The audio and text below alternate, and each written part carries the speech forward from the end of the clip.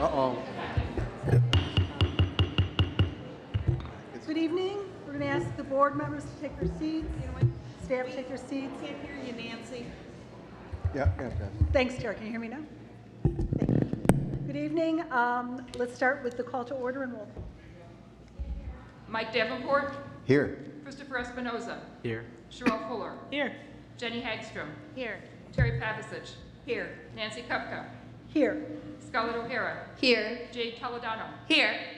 We have a quorum. Let's stand for the pledge.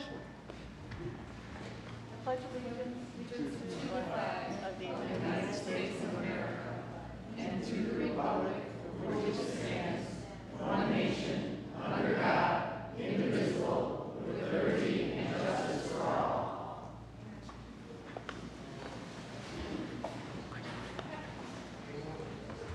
Okay, anyone who wishes to speak, your form can come up front. We're going to take people in the order in which they come. And Mrs. Nidek, she's a little obscured by the screen, but she's over here. I'm hearing you again, Nancy. Oh, okay. Yeah, you're gonna really have to. Microphone. We're on it. If you wish to speak and you've completed your form, Mrs. Nidek is sitting up here. You can bring your form up at any time. We're going to start with the approval of minutes. The first thing I need is the Board of Education to approve the minutes of the June 21st business meeting, the June 21st closed meeting, and the July. Okay. We need a motion. So moved. For some reason, mine is really loud. Second.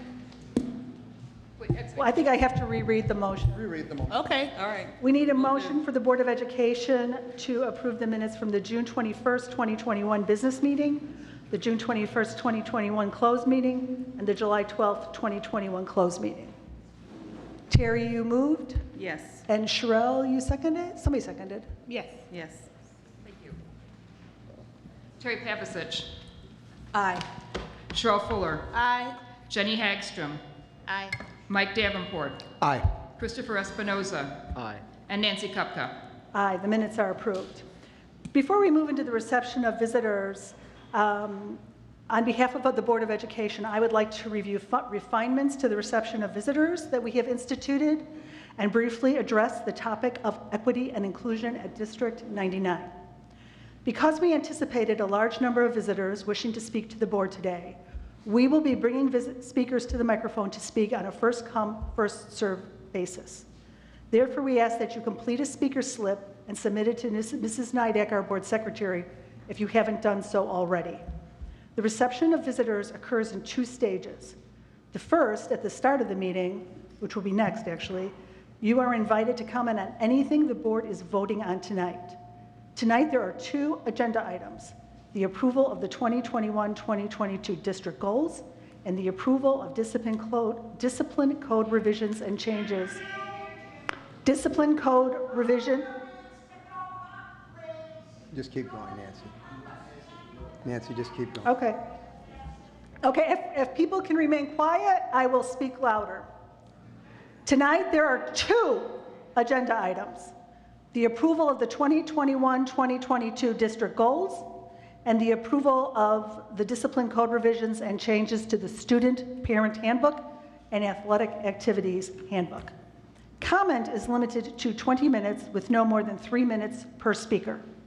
Later in the evening, there will be an opportunity to address the board on anything concerning District 99. For tonight, I will expand public comment during the second reception of visitors to a total of 60 minutes, with a limit of 20 minutes per topic, and again, no more than 3 minutes per speaker. If you do not get to speak or you run out of time, you can submit your comments in writing to the board.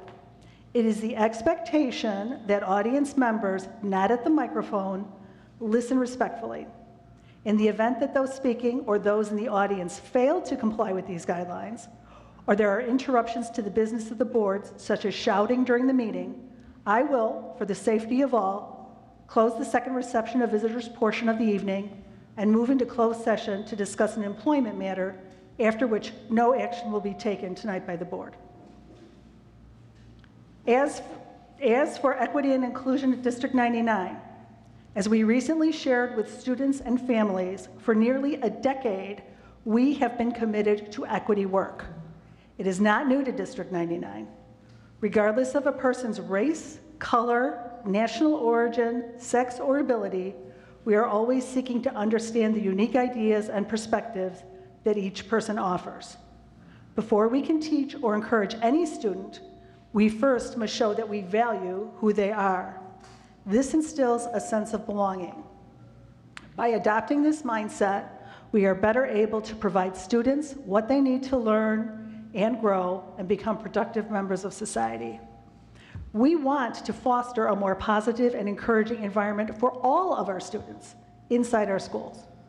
We do this in part by teaching accurate history and also giving students the ability to freely discuss current events. After all, our students must first understand current society in order to work to improve it. I also want to emphasize that the district has always and will always teach students how to think critically, not what to think.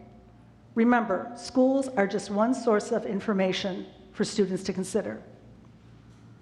We hope that our community, including every person sitting in this room and those watching remotely, will be willing to learn, understand, and support this work. It's pretty simple. It's about caring, accepting, and respecting all of our students and one another.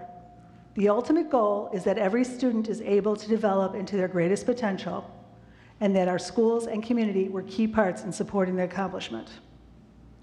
I also encourage you to visit and read the district website for more information. Last fall, the district posted the 100-page plus equity audit report. It details the district's progress and challenges ahead. Soon the district, with the help of the community, will begin creating a new strategic plan, which will greatly influence our future plans related to equity. Even though we will not be entertaining comments, even though we will not be entertaining comments about critical race theory until the second reception of visitors, I want to be very clear about some misinformation that I heard in past receptions of visitors and that I have read from the letters sent to the board. To be clear, District 99 does not now, nor has it ever, taught critical race theory. Community High School District 99 does not now, nor has it ever, taught that all white people are systematically racist or that all of our institutions are systematically racist. Community High School District 99 does not now, nor has it ever, taught that people are oppressors based on the color of their skin. CSD99 does not now, nor has it ever, pushed a divisive narrative to our students and staff. This is misinformation and counter to our missions and goals. Thank you in advance for being respectful of our process and during our meetings. So we are now going to move into the first reception of visitors. And again, this meeting agenda includes 2 opportunities for comments from the audience. This first reception of visitors is intended for audience members to address the board about any agenda item on which the board will vote. And those agenda items are on the screen. I've received no comment slips for the first reception of visitors. Okay. Is there anybody who wishes to? So we have nothing. We have nothing. We have nothing. No. Okay, so we will move then on into the recommendations and reports of the superintendent. Thank you. Good evening, board. Hello. Welcome back. This evening we'll get into the return to in-person instruction plan as it is developed. As it has developed over the last couple of weeks, as the CDC has released its guidelines, and as we have communicated with our students, family, and staff. Really, there's 3 key goals based on this recent guidance that was released. The first is to return safely to in-person instruction for all students. Second, the goal is to return to as close to a normal school year as possible while following all of the CDC, IDPH, ISB, and DuPage County Health Department guidelines. That has been our goal since all of this started. That has not changed. Neither of those 2 goals have changed. Those 2 have been our goals since this all started.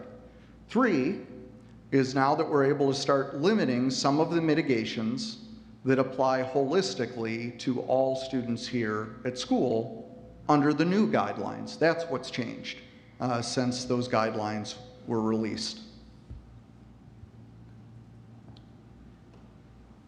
As the CDC has said, returning students to in-person learning is a priority. That has been a priority of ours since this started. That has not changed.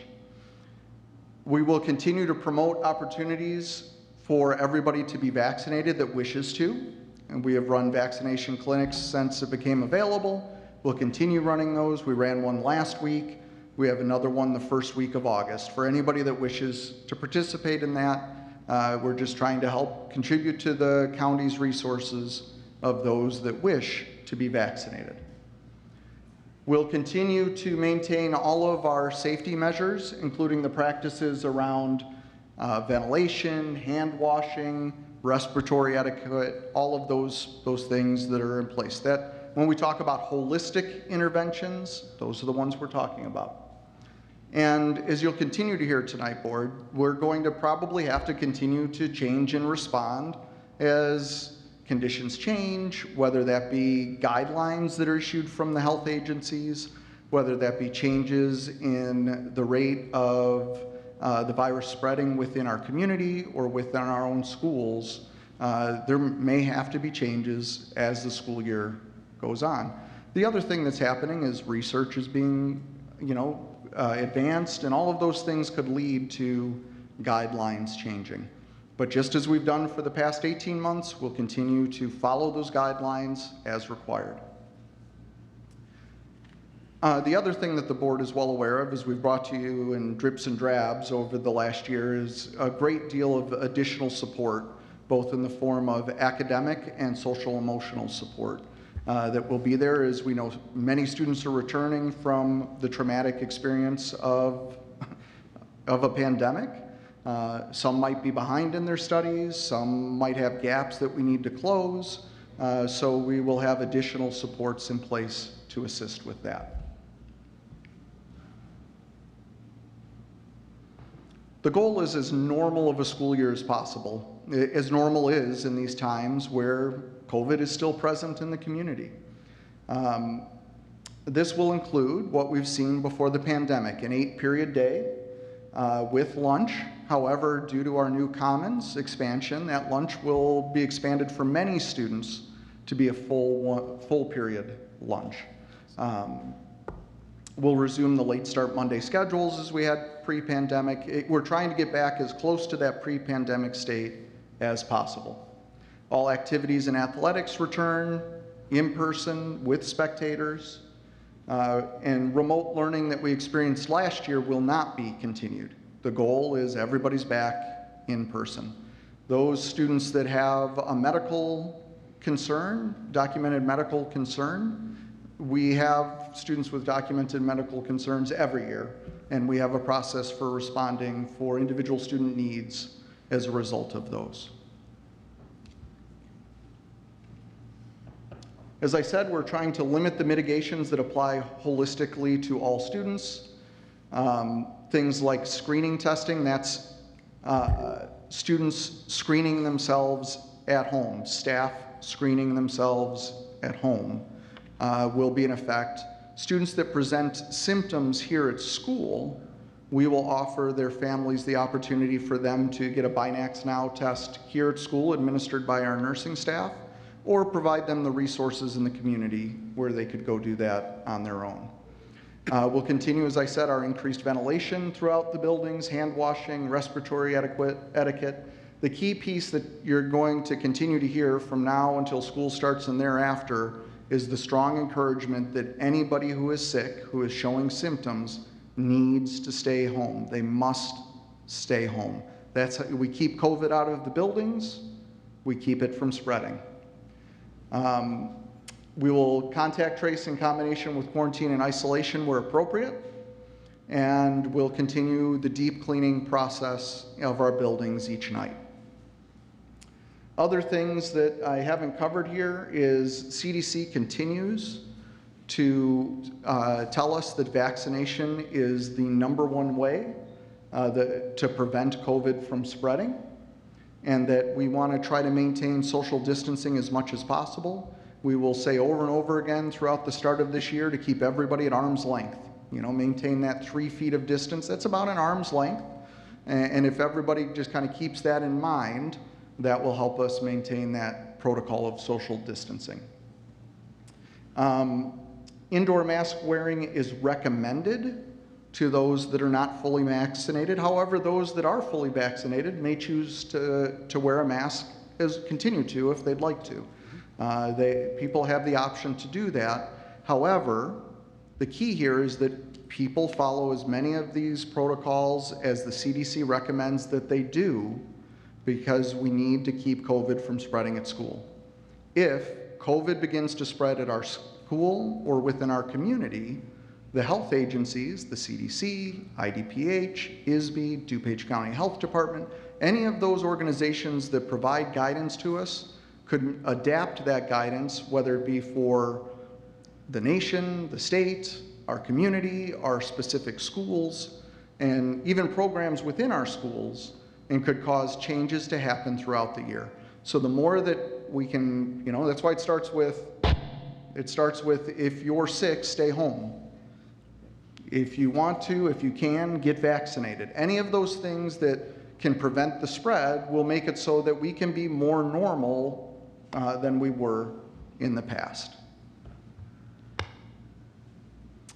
There are some key differences in the CDC guidance. Remember, this isn't District 99 rules, these aren't Hank's rules, this is what's presented by the CDC. So one of the key things as you read that guidance is you'll see last year it was holistic mitigations. Everybody had to have the same set of mitigations to try to prevent COVID from coming in. So everybody got the same treatment, right?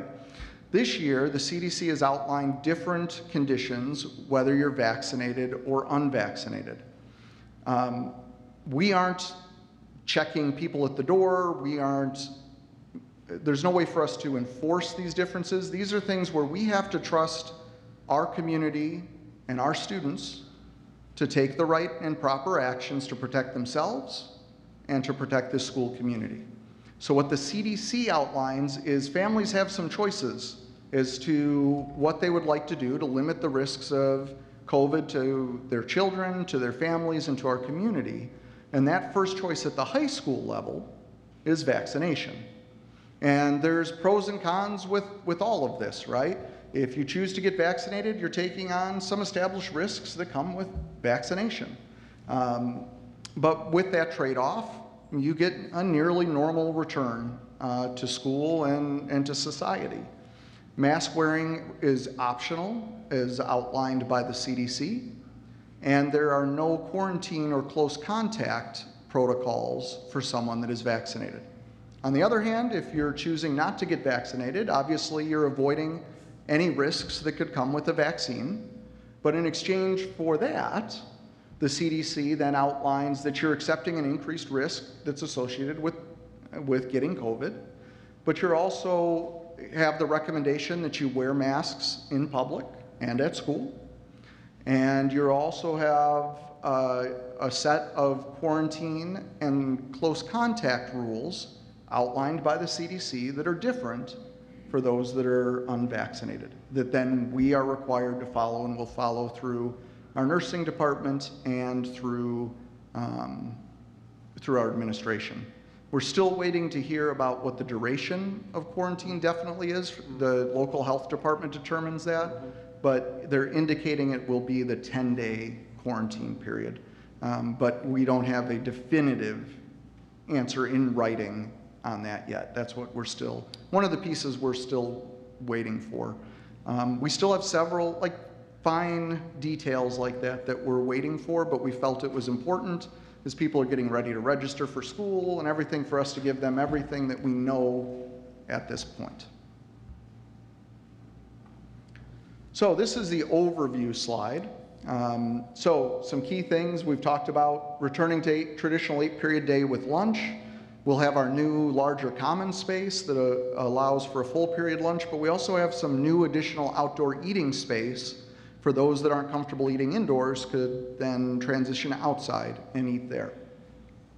We're also modifying the first day back. Traditionally, we had just ninth graders attend in the afternoon. Everybody else came to start the day. But we know that many of our sophomores weren't even on campus last year, our 10th graders. Right. And last year was a disruptive year. So we have a lot of just resources to explain to kids, reestablish them back into how the school's gonna function. There's a whole different layout at both sides of town. So we're changing up the schedule a little bit, and we'll send that out. We're still tweaking it and working on it. But we will have grades 11 and 12 come in the morning. There'll be a separate presentation for each class to cover those general school supports and reintroduce them back and welcome them back to school with some surprises and fun stuff along the way. And then they'll go through a shortened bell schedule, so they get to, it's kind of like meet your teacher, get your syllabus, get your school supply list, all of those kinds of things. And then they'll head home for the afternoon, and then we'll bring in 9 and 10 to do a similar type day with them in the afternoon. Yeah, Mike? Yeah, we still have Mad Dash, right, for the freshmen coming in. Yeah. And then the corresponding program at North. So. And we're also doing separate tours for 9th graders and 10th graders so that they can come through both schools before all of this starts and find, you know, their locker and their classrooms and all of those things. Because we know there are several hundred students that were not on campus at all last year. Other things to review: stay home when sick. Staff, students, everybody, stay home when sick. We'll continue to promote opportunities throughout the community and offer opportunities for those that wish to be vaccinated to be vaccinated. Mask wearing continues to be recommended for those unvaccinated and optional for all as a preventative practice. Per the CDC, though, mask wearing is a requirement on all school transportation. So that includes all school buses, driver's ed vehicles, activity, athletics. Anytime that a student is on a bus or a school vehicle, mask wearing is required per the CDC. As I said, maintain a distance of 3 feet as much as possible. Keep that arm's length away from everybody. But due to the layered mitigation factors that we have, ventilation, hand washing, a low rate of COVID in our community, all of these practices that we have in place, we will put contact tracing at 3 feet, and that only applies to those that are unvaccinated per the CDC. So contact tracing and quarantine. As I said, we're still waiting to find out the duration of quarantine. And then, as I said at the beginning, I'm going to say it now and I'm going to keep saying it. We're going to keep doing everything that we've done for the past 18 months, which is following the guidelines of the health experts. I'm not a health expert. I'm an educational expert. I need to take the advice and the guidance and the mandates that come, and they're kind of all the same thing when we talk about the CDC, IDPH, ISB, and DuPage County Health Department. We'll continue to follow that guidance. That guidance has shifted greatly this summer in comparison to last summer, and we're responding to that. However, changes in that guidance, changes in the rate of illness at school or in the community could cause changes as we move forward. And we'll communicate that to the board, to the public, if and when those things should happen, whether it loosens restrictions or increases restrictions or makes any kind of changes in the way we do business. We'll continue to communicate that.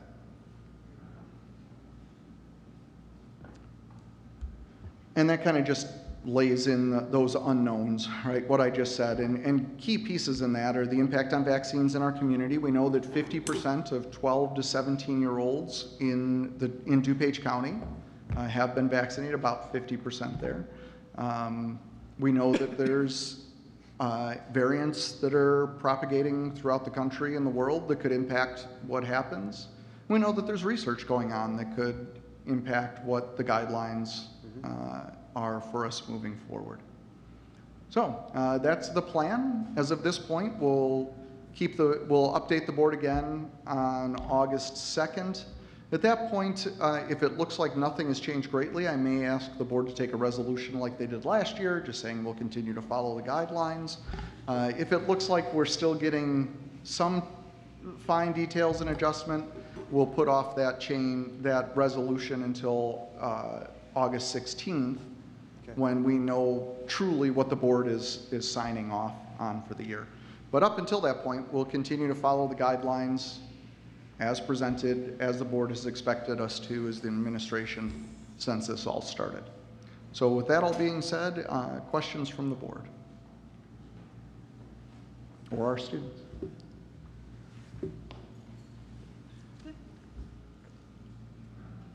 Hearing none, District Goals. All right. District goals have been presented to the board. Oh, this is the timeline I just told you. All right. District goals is an action item tonight. These have come to the board many times before this evening. The board has had an opportunity to comment, provide feedback, offer changes. They have adapted and changed. They haven't changed since we looked at them at the last board meeting. So tonight, this is like the second reading, right? This is the time where it's up for the board to approve later on tonight. At this point, are there any questions regarding those goals as presented? Hearing none. Handbook revisions are also up for approval tonight. A reminder that student handbook becomes board policy once it's approved. There's a couple of just small changes that are outlined in your board packet tonight. One is something that we've been working on through our common experience for the past several years, which is how we'll respond and teach about academic dishonesty, especially, as students work through here. This is their chance to learn about that. If they end up ever in their lifetime in a post-secondary setting, academic dishonesty is treated much differently. So we want to make sure that students are prepared for whatever comes next, whenever that may come. So there's a small change there to respond to those changes. And then the next thing is, last year we did a large addendum in responding to COVID related to all of those safety protocols that the state released last June, July, August, and September. We're recommending that all of those be removed now as we're returning to a normal setting. So that is an action item later this evening as well. Scott is here to help answer any details regarding those questions if you have them. Yeah, let's go. So we also aren't making any changes. So I think that's got to get turned down. Yeah. Okay, can you hear me better? We're recommending no changes to the athletic and activities handbook as well. So. Oh. We are not making any changes to the athletic or activity handbook. Typically at this board meeting, we would recommend those changes as well. Are there any other questions? No. Asked and answered. All right, end of the year financial report. I'm going to turn this over to Mark. You want to pull that next slide, or are you good? Next slide, yeah, when is going to?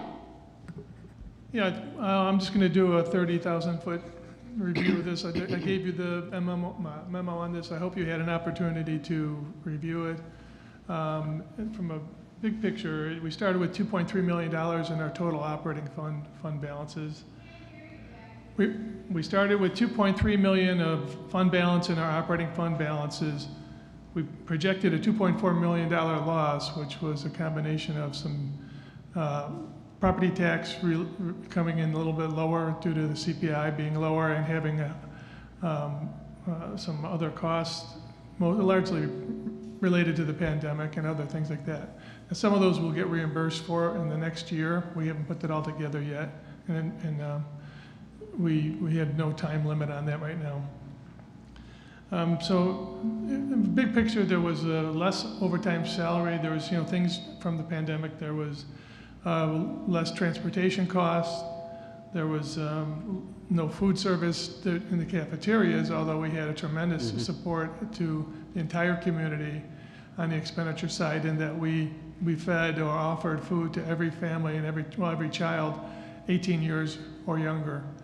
And we did this in coordination with District 58, and it really worked out well. 68. And 68, that's correct, both districts. So our ending reserve, we issued $10 million in anticipation of having a loss this year. We just knew that was coming, and we are projecting a loss for next year. And those two items made us think about issuing working cash bonds so we would have operating funds to work and go through the district. We had no idea what the impact of the pandemic would be for us. So we now end up with a 10.2 ending fund balance. That means we would have had a $200,000 fund balance if we did not issue the working cash fund bonds. On the revenue side, property taxes did come in at 100%, but it was a lower percentage increase that we budgeted because of the reduction or the lowness of the CPI for that year.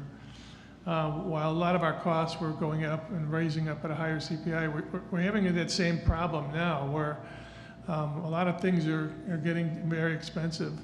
We're seeing shortage of drivers. Okay, I'm sorry. I'll try and project. We're doing the best we can in the space we have. I heard you, so I'll try and do it. So, well, let's just slide through it. I think we have salary and benefits, we're right on track. Purchase services like transportation and food services were down. But overall, we came in very close, within 0.3% of where we expected to be. Okay. Continue, Mark. Okay. Keep going, Mark. We ended up having a $10.1 million reserve at the end of the year, or I'm sorry, $10.4 million. If we didn't issue the working cash bonds, that's what we would have had. It's just $400,000 reserve. But we issued the working cash bonds, and that's why we have $10.4 million. And I think I'll close that now. I don't think we need to go through the individual charts. Okay. We can read them. Yeah. Yep. All right. Any questions on the year-end financial report from Mark? Thank you, Mark. No. All right. At the beginning of the year, we projected it to be actually worse than we turned out, you know, and a lot of good work by the team here to make sure that we tried to keep expenditures under control during a very difficult time. All right, a couple of construction updates. T99, as the board is well aware, we're expanding T99 in response to increased enrollment. You can see a few of the photos there.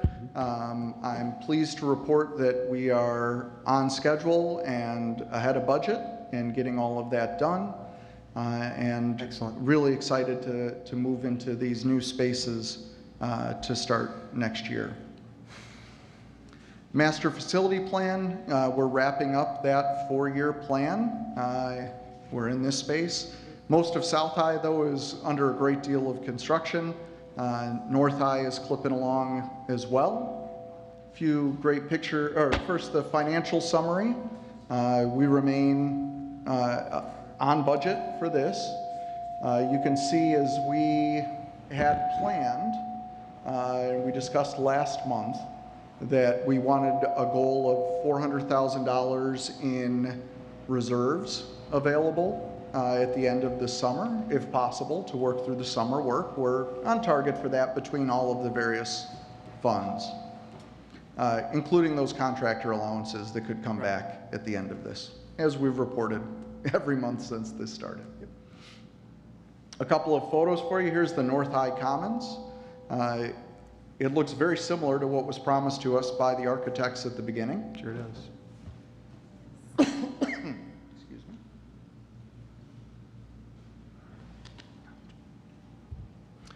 If we slide over here to South High, you can see once again, I think that first shot is very similar to a rendering that the architects provided us at the beginning and was on display in our halls. So you can see that's coming along real well. So that one's getting there, and then the auditorium at South High is getting really close to being done. I know. So isn't that beautiful? it's gorgeous. It's just Awesome. beautiful. Yeah. I can't wait till everyone can see it. Yeah. Yep. So on schedule, on budget, as we've Yeah. reported since this began. So what do you think? The 1st of August? You think No, we'll be done? the first day students report. Everything will be ready for them to report to. Yes. All right. Yeah.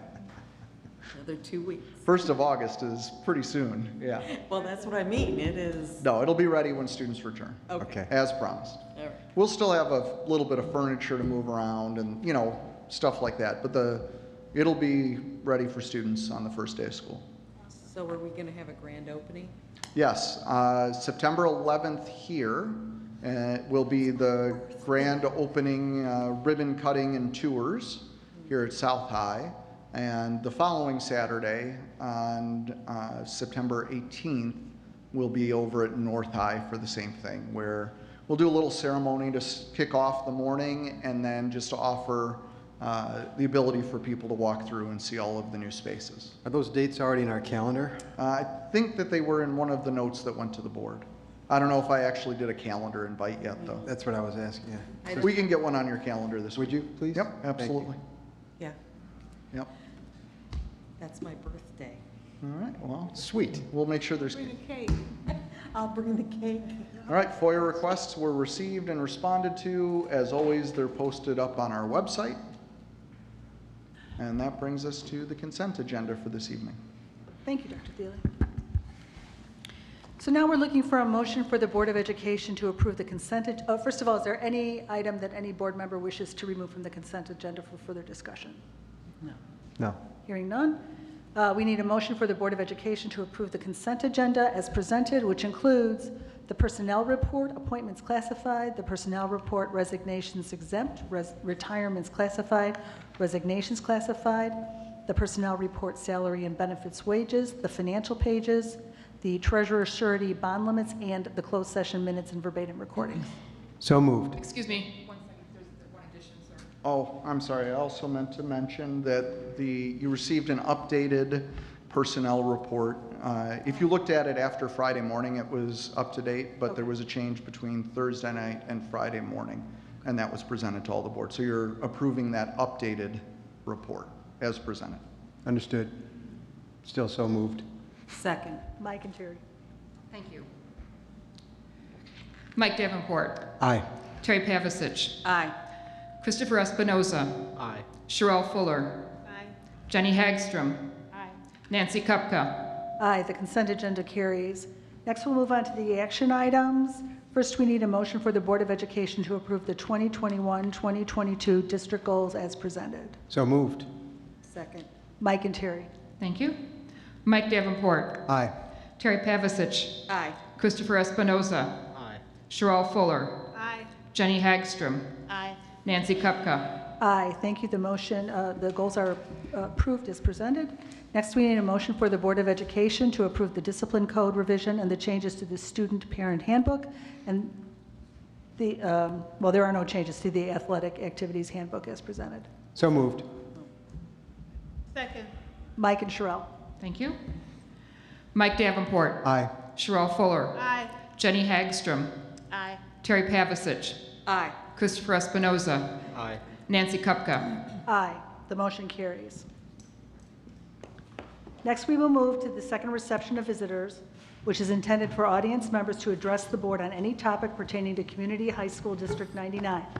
Comments, again, are limited to 3 minutes to provide all visitors an equal opportunity to address the board. Individuals needing more time, or if you don't get to speak tonight, please submit your thoughts in writing to Mrs. Nidek, the board secretary. Visitors addressing the board need to, well, you've already submitted comment slip if you have not already done so, and you'll be invited to the microphone. Dr. Thiele will be calling people up in the order in which they've come. We'll be tracking the amount of minutes we're talking about each subject, and we may be closing certain topics once we reach the 20-minute mark. Prior to addressing the board, please state your full name. The proceedings are being tape recorded for the purpose of producing accurate meeting minutes, and they are being live streamed. I reserve the right to modify these protocols if circumstances warrant. Audience observations of these protocols is appreciated. Dr. Thiele, who is first? Can I, Yes, go ahead, Nancy, can I make a quick comment before we start? I just want to say, you know, I'm sure that we have a lot of people here that are going to be passionate about what they have to speak about. But no matter what side of things people are on, it occurs to me that everybody in here is here because they care about our students. And so I think keeping that in mind is kind of a great thing. I mean, look around you. I mean, it's been a long time since I've seen this many people out, you know, with the sole purpose of doing something that they think is in the best interest of students. And so whether or not we agree or not, let's all agree that that's something we have in common. So that's all. Yep. Thank you, Mike. And I will do a quick reminder of the protocols. There will be a timer that I switch to once you begin speaking that will be up on the screen. When that goes down to 3 minutes, your time is ended, and we respectfully ask you to step away from the microphone and allow me to call the next person up.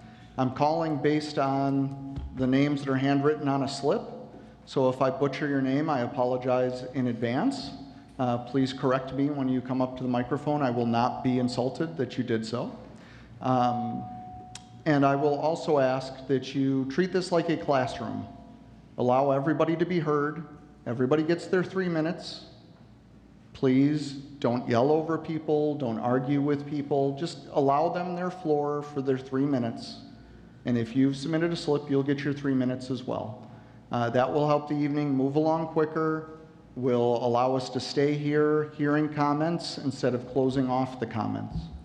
All right, so pretend you're at school, your children are watching, we have students here watching. There you go. So please model the behavior that we would expect our adults in our community to have. That's what I ask of you. So the first person I'm calling up to the microphone, and this is in the order in which the board secretary received them, is Janet Winningham. Come on down.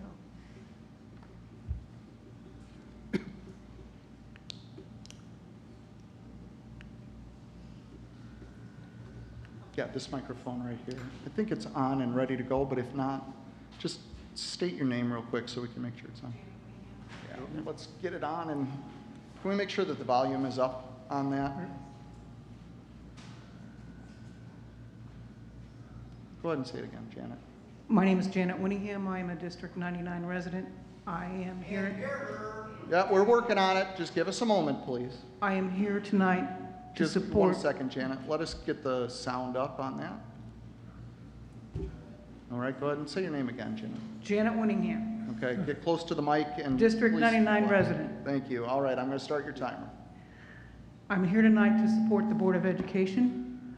You are, I tip my hat to you to listen patiently to so many diverse opinions, some more strident than others. I appreciate the fact that you are seriously considering all the angles, all the facets of the decisions that you have to make. And I would hope that people would educate themselves about the topics that they talk about, because not everybody is accurate, as you have said before. And so I just, again, thank you for your service. Thank you for caring about the children here in this district. Thank you.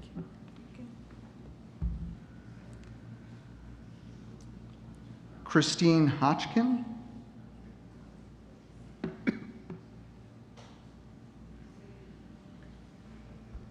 Maybe if we said who's going to be up next, Hank, it would give. Next coming up is Jamie Guerin. And that way that person could come Good call, forward and we Mike. can. Thank you very much. Yeah. Thank you. Name's Chris Hotchkin. I live in the district.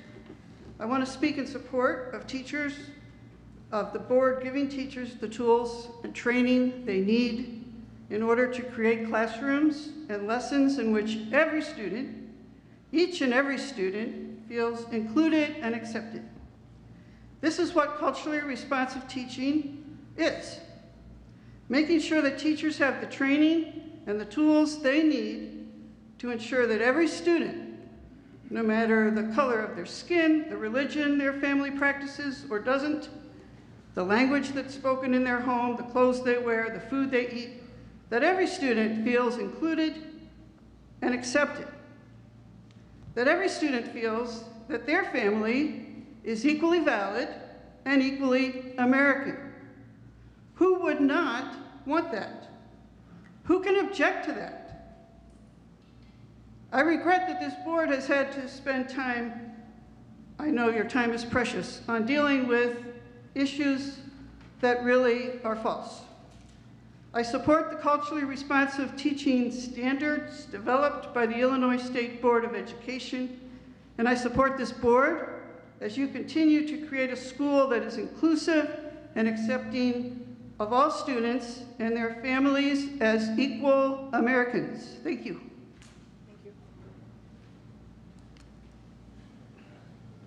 Next up is Jamie Guerin, followed by Mary Jo Bryan Wolski.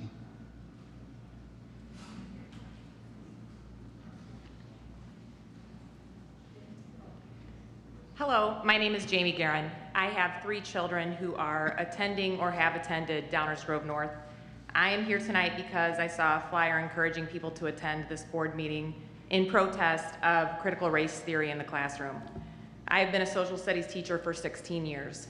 The job of U.S. social sciences educators is to expose students to historical information and then provide the time and environment for them to think critically about events or policies and their impact on our shared history. Educators with integrity do not share their interpretation of events or their own political views with students. They do not tell students what or how to think, but rather give them the tools to reach their own conclusions. They provide a safe space for students to share differing perspectives and allow them to practice healthy conversation and debate.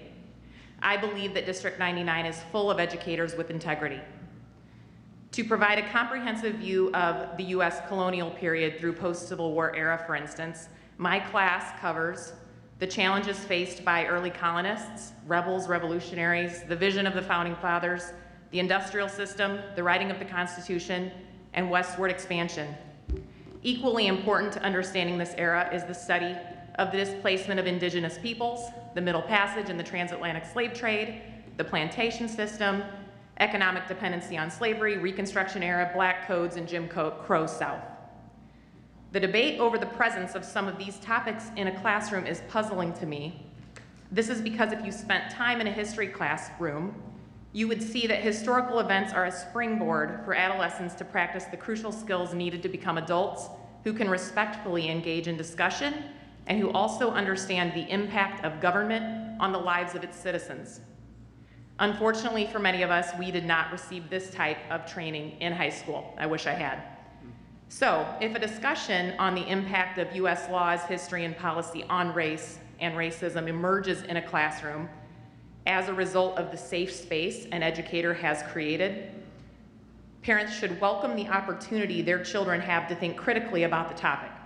They should be grateful for the unique learning opportunity, because that opportunity may be the only exposure to a different perspective that child has, one free of the derisiveness of social media.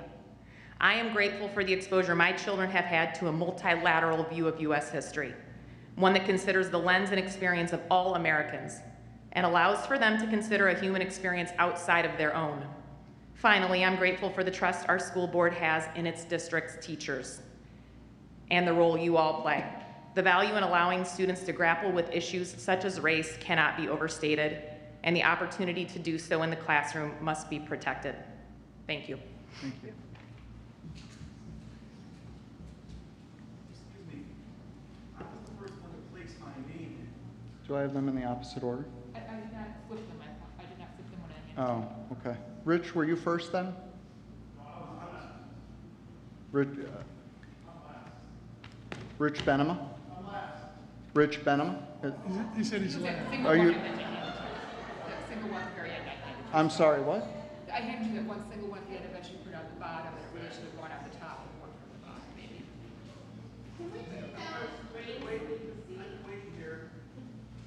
Sir, we're checking, hold on.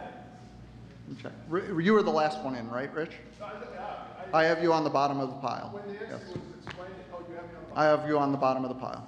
That's why I'm asking. Yeah, this is the order in which. They just came straight out there, so you should have started with the bottom. I apologize, I did not flip them. Oh, I should have started with the bottom, not with the I did not top? flip them, I apologize. I'm sorry. I'm sorry. I apologize. We got our lines crossed here between myself and Ms. Nidek. Everybody's going to get a chance, right? Yeah. Way down there. Sorry. All right. I apologize for the confusion. This is our first time doing it this way, so we'll work through it. So Ms. Wolski, please go. And then next up will be Noel Manley is the next one I have. I once again apologize for the error. I would like to start out by saying my name is Mary Jo Bryan Walski, and my daughter graduated in '95 from Downers Grove North, and I do live still in the district. I'd like to ditto what the person in front of me just said. That was a fantastic presentation. And basically, I am here to support the board and to say that I personally believe that the culturally responsive teaching seeks to ensure that all students feel included in their classroom and the lessons taught, and I urge you to see that that happens for all of our students. Thank you. Thank you. Noel, you're up next. Once again, I apologize for the error, and followed by that is Jim Wool. Can the folks in the back hear me? Loud and clear? Okay. Good evening. My name is Noel Manley, and I'm from Darien, Illinois, and I just have a few matters to raise. It's not as easy as it appears, Mr. Manley. I just have a few matters to raise with the board tonight. First, I think it's a good step that you've expanded the public comment to 60 minutes. However, do you think it's fair for all the people who are here now and the number of people who want to comment to fit them all within 60 minutes? Is it fair, and will you be willing to do any accommodation for these folks? You can email the board at boardmembers@csd99.org with any of your comments. Okay, so not tonight then. So I was in attendance at the June 21st, 2021 District 99 meeting, and I've attended many local government meetings, whether they were school boards, city councils, liquor commissions, zoning commissions, and I've never seen a school board meeting where the board so tightly controlled public comment and shut down free speech, and then they have the nerve to walk out. In addition, I've never been referred to as a visitor to any public government meeting. To be clear, you're a unit of government. You have rulemaking authority, policymaking authority, and taxing authority. The powers granted to you affect the lives of thousands of students, parents, and tens of thousands of taxpayers. So when we show up to a public board meeting, we're not visitors. We are citizens, we are residents, and we are taxpayers. We're the people who pay and support this institution. And when we come to these meetings, some of us are here to speak and petition our government on issues that concern us. Limiting First Amendment speech and walking out is not how government serves the people. You may not like it, but this is part of the job as elected officials. Second, at the last board meeting, several citizens raised concerns about the issue of critical race theory. Oddly, there were some semantic pushback regarding the language of critical race theory. So again, to be clear, when citizens come before this body and they use the term critical race theory, they are referring to its elements and manifestations in the following: culturally responsive teaching, Illinois Board of Education Section 24, which takes effect October 21st, Illinois Senate Bill 814, defund the police, microaggressions, equity, diversity, white privilege, My Name, My Story, the Gary R. Howard Institute, the 1619 Project, and any backdoor Marxism. Finally, in a recent FOIA to D99, it was discovered that taxpayers footed the bill for 16 copies of How to Be an Anti-Racist by Ibram Kendi for distribution to faculty and staff. Sir, you're out of time. Your time has expired. Okay. Thank you. Thank you.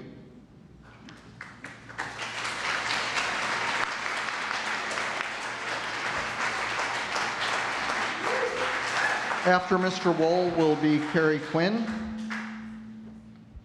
Good evening. My name is Jim Wool. At the June board meeting, Superintendent Dr. Thiel and Board President Nancy Kupka, both of you stated that you were unaware of how critical race theory, CRT, was being implemented in Illinois. CRT is being implemented through the culturally responsive teaching and leading standards that was approved by the Illinois General Assembly's Joint Committee on Administrative Rules, better known as JCAR. JCAR approved the culturally responsive teaching and leading standards at their February meeting of 2021. So these standards are now part of the school code. They are an administrative rule that has the same effect of law. For both of you, a superintendent and a board president, people dedicated to the education of children, not to be aware of this major change in the teaching code is troubling, to say the least. Dr. Thiel, in a meeting on Wednesday, June 16th, we met in your office to discuss certain educational issues, one of these being CRT. When I asked if CRT is being implemented in this district, you assured me that it was not. Moreover, you said that you did not want to politicize education in District 99. After our meeting, however, this community learned that the administrators at Downers Grove North selected the book, How to Be an Anti-Racist by Ibram X. Kendi for their book study for the 2020-21 academic school year. Mr. Kendi is considered to be the guru of CRT, and his book is considered to be an authoritative book on CRT. Dr. Thiel, you were not honest with me at our meeting. You tried to hide the fact that there are administrators who are trying to covertly push CRT into our schools. Also, we just recently learned that at a department meeting at North High School, the following topic was discussed. How do we improve our teaching about systematic racism? Great. Now certain administrators at North believe the teachers to be racist? What an uplifting message to send to our teachers. Truly, I understand why many teachers view administrators and school boards with a great deal of mistrust. That you did not support teachers, that teachers who disagree with CRT better keep quiet. Dr. Thiel and the school board, if you are enthusiastic supporters of CRT, then why not come forward and say so? After all, the book, How to Be an Anti-Racist, was paid for with taxpayer dollars. Department meetings are pushing teachers to support CRT. The prophets of CRT, these false prophets, are ravenous wolves in sheep's clothing who have come to devour our children with this nefarious and racist theory. Critical race theory bears bad fruit.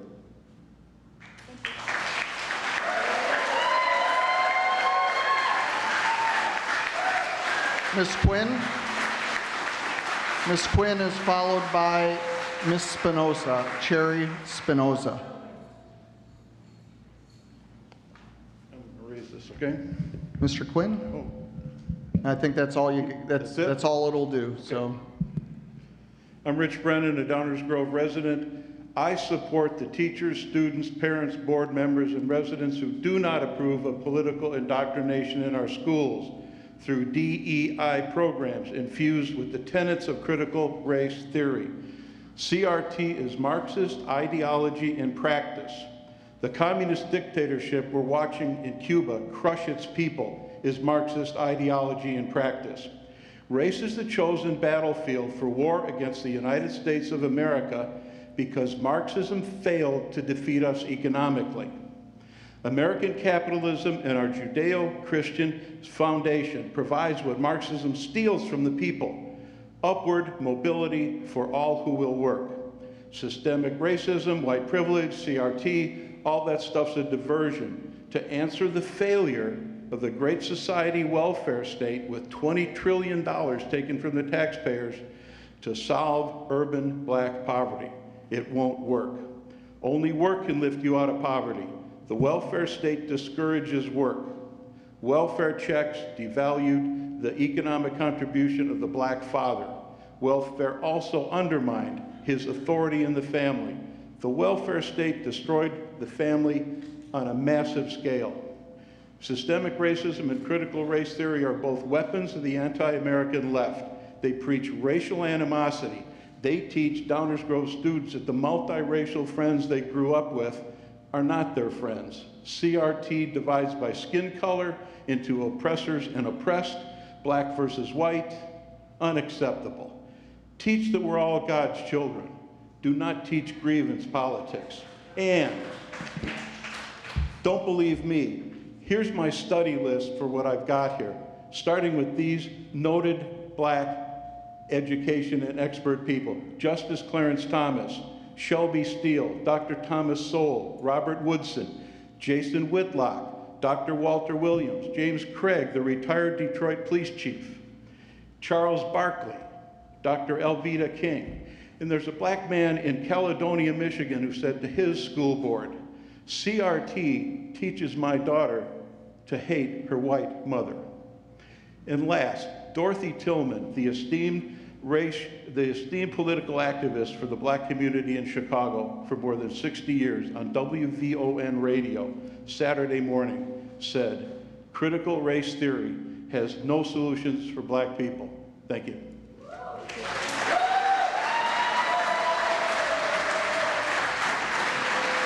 Next up is Sherry Spinoza, followed by Mary O'Dowd.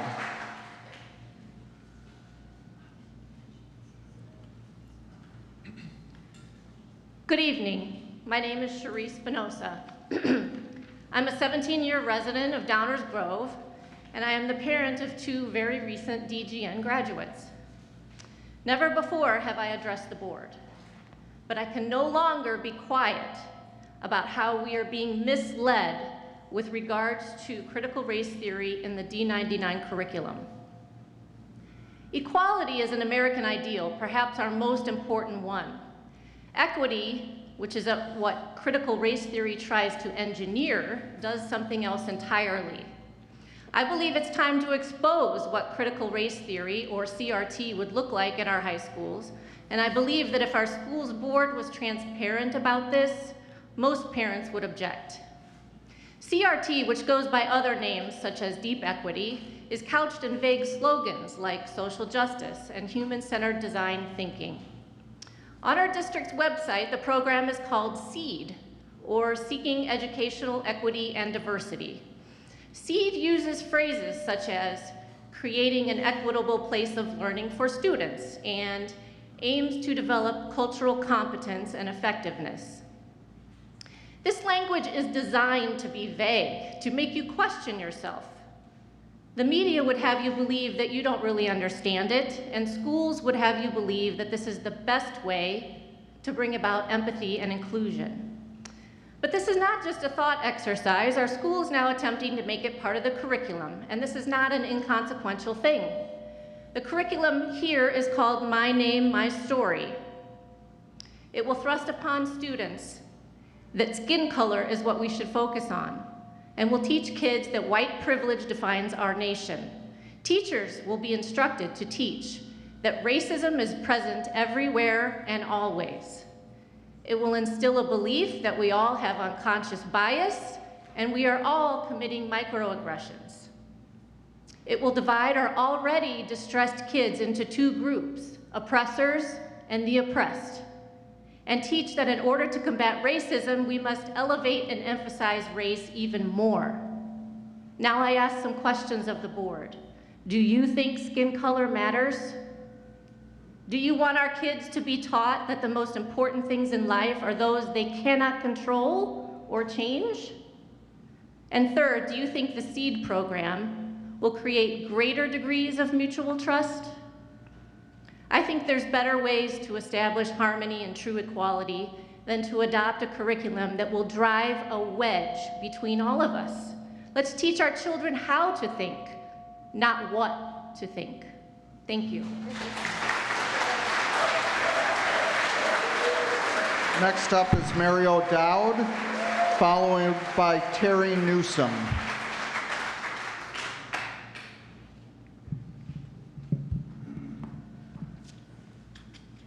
Good evening. My name is Mary O'Dowd. Thank you for allowing me to speak. This is an American flag. It honors my uncle who served in World War II. I have another one at home that honors my dad.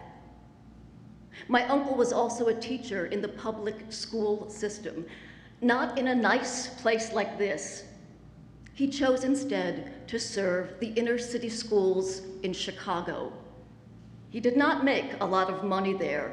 Nonetheless, for years, he personally bought school supplies, books, art supplies, and even musical instruments for his students.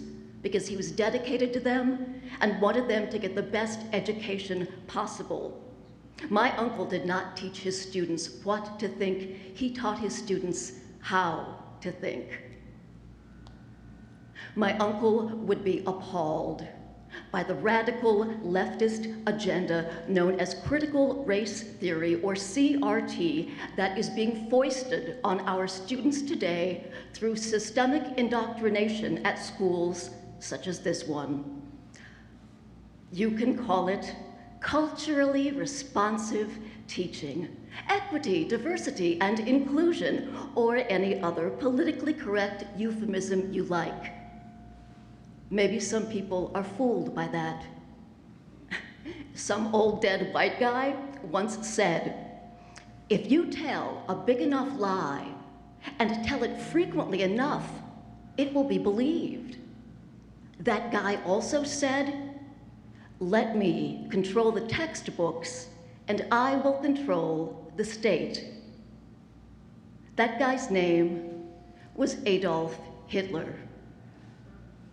Another guy said, education is a weapon whose effects depend on who holds it in their hands and at whom it is aimed.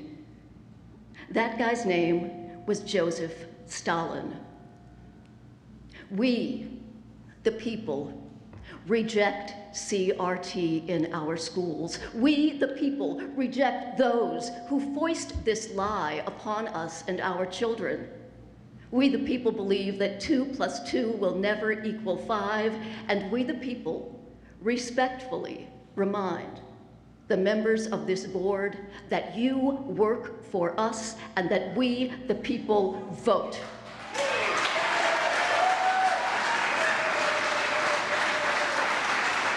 May God bless the United States of America and all who serve her. Thank you.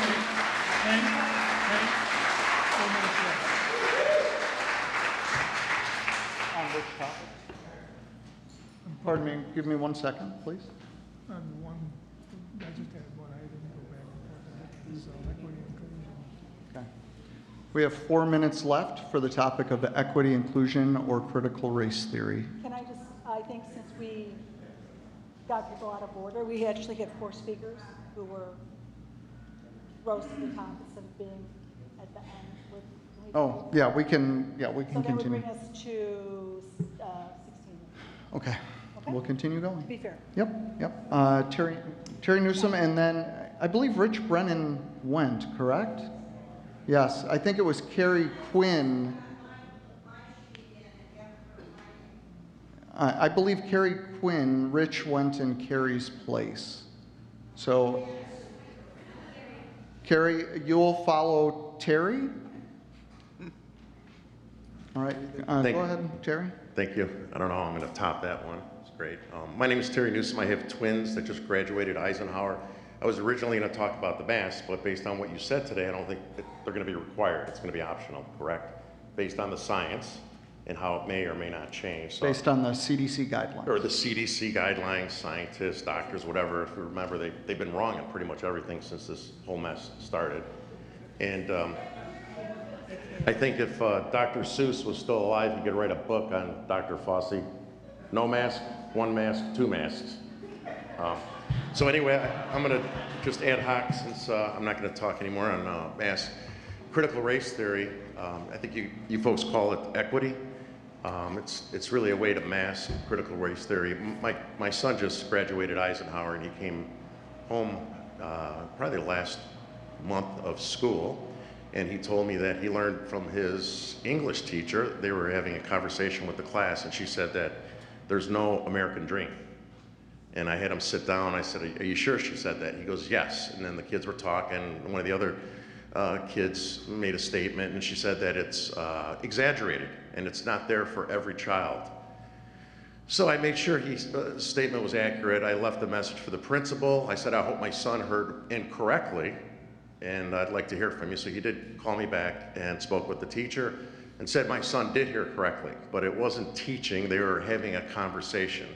So I think it's really basically a spin on her views or opinion came out on a school that supposedly doesn't teach critical race theory. Since I was prepared to talk about masks, I have, I have nothing else to say. Right now we're good, and thanks to my son Anthony, I'm proud that he's here. I'm proud of you, boy.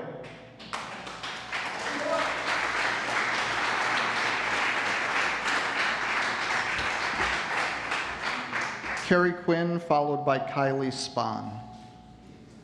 We're going to extend to 20 minutes. What would you keep track of? 6 more minutes, she said. Thank you. Hi everyone, I'm Carrie Quirin. I'm a Downers Grove lifer. I went to Hillcrest, O'Neill, and South. I'll have a second kid come through DGS this fall. In terms of CRT, although I appreciate quotes and pictures of Martin Luther King that we've been seeing a lot of lately, it would make a lot more impact if you, in my opinion, invited a black neighbor, coworker over in 2021 and asked them, how are things going? How are your struggles? What are their concerns? It's easy to put forth symbols and words we all find familiar, but it's a lot harder to have a conversation face to face with black friends, neighbors, and coworkers with uncomfortable conversations. That all being said, in my opinion, and in my niece's opinion, who's a teacher downstate, CRT is a no for these reasons. CRT needs to be taught so carefully and thoughtfully that it needs a skilled teacher to do so, and a lot of the skilled teachers are leaving the profession in droves. The black friends that I've talked to in the race talks that I hold in my backyard monthly feel this is being rushed, and it's very important that it's taught to not pit one race against another. Again, that's their opinion. If my kid was told, you have white privilege, they would know. I know I don't have any barriers. I never had to go through anything to get where I need to be in my life. They also know that although I love them more than anyone else, they are not more important than the kid sitting next to them. So that would be offensive to my kid. Teachers could also face backlash and retaliation, as we can clearly see. Our teachers have been through enough in the last year. And to put this on them now? In terms of the sex bill, rumors were going around that some of the topics were inappropriately explicit, which I would have had a problem with. I read the bill, not all of it, but some of it, and some of the topics, anatomy and physiology, puberty and adolescent sexual development, gender identity and expression, sexual orientation and identity, sexual health. I don't see anything wrong with these topics, especially consent and healthy relationships. Although, again, that is something that needs to be delved deeper into, but initially we need to read the bill and make sure we're working off facts. Masks. Last month a speaker said we support police. Of course we do. The CDC is the police in a pandemic. I don't want to wear masks either. But if we have to show our kids the content of our character. You're out of time. Thank you. Kylie Spahn, followed by Leslie Sadowski-Fugit. Good evening. Can everyone hear me at the back? My name is Kylie Spahn. I am a District 99 parent. Firstly, I would like to thank the board, the administration, and the teachers for all your hard work in navigating COVID and in educating our children. I support your efforts. There has been a lot of confusion and misinformation at our school board meetings regarding CRT. CRT can apply to two subjects. The first is critical race theory, which is an academic theory about the historical impacts of systemic racism on our laws and in our education system. This theory is taught at the graduate collegiate level, so I'm not going to discuss that right here. The second subject referring to CRT is called culturally responsive teaching. Let me stipulate that culturally responsive teaching is not the same as critical race theory. They are not interchangeable. We are all aware of the Common Core standards for K through 12 public school students. Think of culturally responsive teaching standards as the Common Core standards for teachers.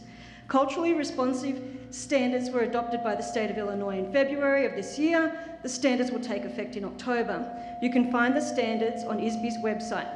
So what is culturally responsive teaching? In a nutshell, culturally responsive teaching is a method of teaching that promotes the recognition and understanding of cultures of students in a diversified classroom. A teacher builds stronger relationships with their students when adopting a culture-inclusive approach to teaching. Having a culture-inclusive classroom fosters the development of critical thinking, empathy, tolerance, peer relationships, and education outcomes. These standards allow school districts and teachers to select a broad range of materials that integrates different cultures and cultural experiences into their lessons.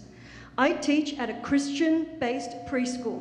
One of the best ways to bring culturally responsive practices into our classroom is by reading to our students. We start the school year reading a book called All Are Welcome Here, a beautiful book about welcoming all students to the classroom regardless of race, religion, or disability.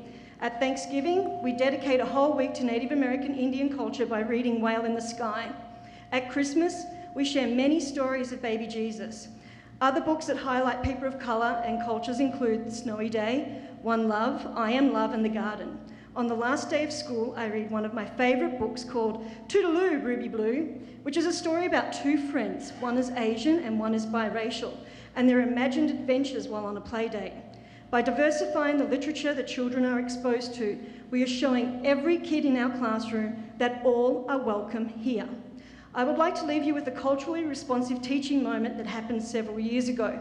During our second circle, a student and her father taught the class how to count to 10 in Arabic. This not only exposed Ms. the Spahn, students... you're out of time. Thank you very much. After Ms. Sadowski-Fugit is Eileen Briner. Hello, my name is Leslie Sadowski-Fugit. I do live in D99 borders. My daughter is just entering kindergarten this fall, so we have a few years before she heads to Downers Grove South. But as an advocate for equity and someone who cares deeply about education in this country, I felt I must come forward. The weaponization of critical race theory in District 99 is not a local problem. Conservative media is using CRT as the next boogeyman. The objectors ignore the fact that they are prioritizing white discomfort over something that does no harm and doesn't even exist in the K-12 classroom, over the actual documented pain and discrimination of systemically marginalized groups in America. In 2020, when everything was virtual due to COVID-19, a Seattle employee leaked footage of an anti-bias training session and sent the footage to a journalist named Christopher Rufo. He decided to capitalize on this moment, likely for his own fame, and set out on a quest to link anything related to diversity, equity, and inclusion to CRT. He became a darling. Thank goodness we haven't had any legislation here in Illinois, but this mobilization against CRT reflects not a problem with our education system, but rather the fear among white Americans that we will lose our centuries-long stranglehold on this country. By focusing on our public education system, they aim to cut off an honest depiction of American history at its source. Don't let them fool you. This was never about accurately representing American history. It is and has always been about maintaining the status quo, keeping power consolidated in the wealthy, connected white population, and continuing to deny black citizens a voice in our history and our democracy. Shifting gears, with regard to sex ed, the new changes are needed and welcome. Children should learn consent before they enter kindergarten. I've already worked with my incoming kindergartner to understand consent. The representation of the LGBTQ community is also long overdue. I know that one community member stated at a previous board meeting that there are two genders, two sexes. And as someone with a master's degree in a biology field, who has published peer-reviewed literature, and who currently works in healthcare, I need to correct that. There is now an ample amount of peer-reviewed literature that supports the idea that both gender and sex exist along spectra. The reason why this is such an up-and-coming research area is a direct result of bias. And I'm grateful that these studies are finally being funded, so we're basing our curriculum decisions on solid evidence and data and not on political talking points. So I want to wrap up by thanking District 99 for your level-headedness, your work on being inclusive and welcoming, and for providing an excellent education to all students. Please continue the work that you're doing, and I'm thrilled that my daughter is one day going to get to come here and attend Downers Grove South. Thank you. I would just like to remind the audience that we've asked you not to speak over the speakers. Continuing to do so will result in a lessening of the time that we're going to take public comment. So please respect those at the microphone, whether you agree with them or not. Thank you. Give me one moment, please.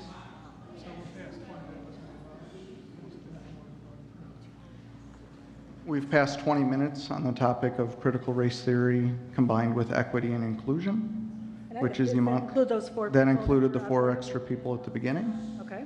So we're approaching 30 minutes on that topic.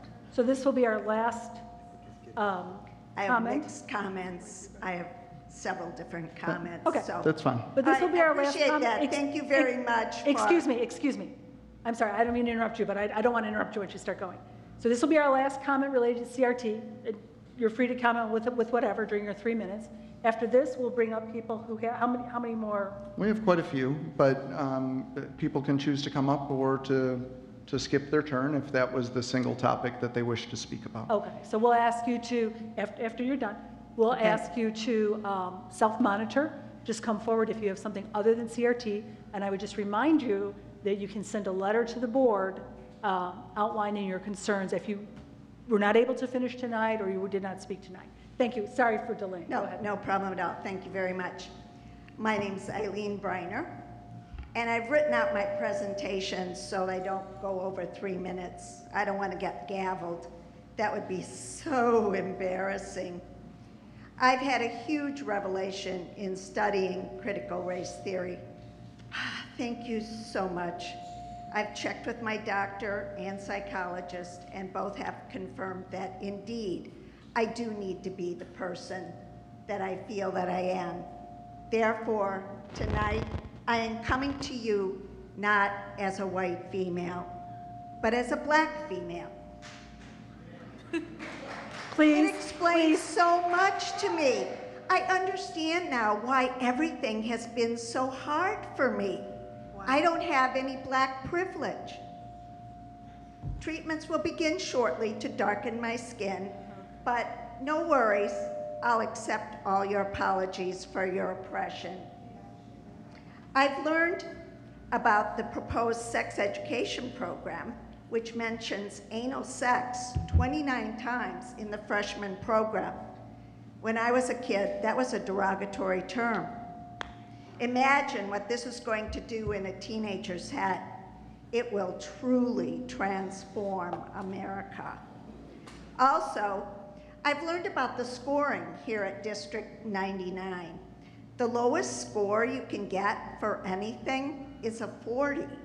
A test, an assignment, even an assignment not turned in, you get a 40. You're preparing students for the real world? Well, I'm going to try this out in the real world. I'm going to go to my employer and tell them that I'm going to work Monday through Thursday at 80% efficiency and not show up on Friday. And I expect to be paid for 5 days. That comes out to 72%. That comes out to 72% for the week. So, you know, I hope you're right. I want to get paid for 5 days.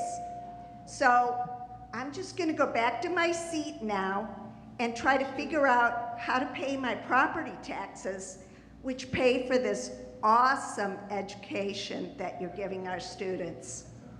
Thank you. Nicole Johnson is next, followed by Janice Sleeter. Nicole Johnson, followed by Janice Sleeter. Again, just to reiterate, if you are here to speak about CRT, that time has expired, so we ask that you give it to the next person. Change of subject. Hi, yes, I am Nicole Citro Johnson. I have a senior at North. We are second generation Downers Grove North family. I got a text to talk about this on my way in, so I'm winging it. Thank you for having us. I think our kids are excited for the first time in a year and a half to go back to school. You know, I'm watching the football team. You guys were going in the right direction, so thank you. Dr. Thiel, you used the word choice. We need to use that word more often. Thank you for using it. You need to know there's a lot of us parents that are just not choosing to vaccinate our kids. I know many of us disagree, guys, but I'm not doing it to send them to a concert, to travel, and I'm not doing it for school. As of today, VAERS, Everyone knows VAERS, we can all get it. 11,000 people have died from the vaccine. That doesn't include the injuries, okay? So the benefit does not outweigh the risk for the age of our children. I understand choice. If you want to get it, get it. But no, this could be an issue for a couple years, guys. And what we haven't dealt with is the quarantine. We don't know yet. I know you said we're waiting. We think it's going to be 10 days. But does everyone know this year when our kids have to quarantine, which will be 10 days, no remote learning? Did you know that? They're just going home. Can you imagine a senior, 5 courses, teaching yourself? You know, it was bad enough when they were in their rooms last year for all those hours. But now they have to teach themselves. We need a plan. We need a plan. Many of these kids will be healthy. They can't test and come back to school. They just have to stay home. They may be healthy kids. Our kids are already behind in Illinois. We all have cousins, friends who have kids in other states. Our kids are behind. We never went back full time. We can't even say that for the rest of the state. Our kids are behind. We have to have a plan. If you're going to force these healthy kids to go home, how are we going to teach them? I'm assuming education is still the most important thing here, right? It should be.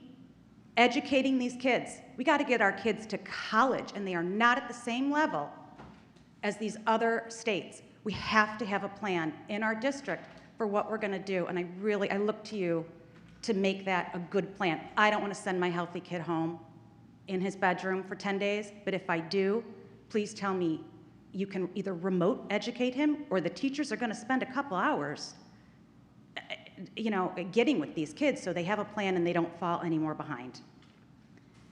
That's it. Thank you. Thank you.